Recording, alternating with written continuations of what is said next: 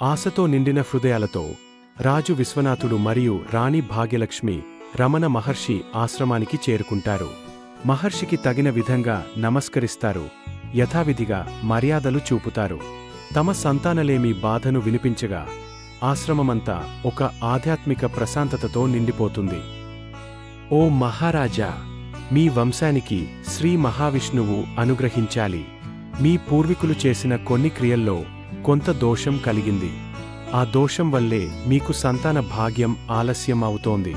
మీ కులదైవమైన రేణుకాదేవిని తప్ప మీరు ఇతర దేవతలను కొలవడం జరగలేదు.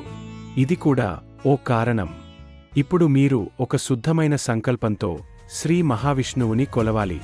ఓ పవిత్రమైన యాగం చేయాలి. ఆయన ప్రతిమకు అభిషేకాలు చేయాలి.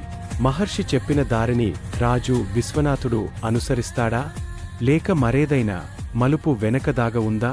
ఇది తెలుసుకోవాలంటే తరువాయి భాగంలో చూడండి.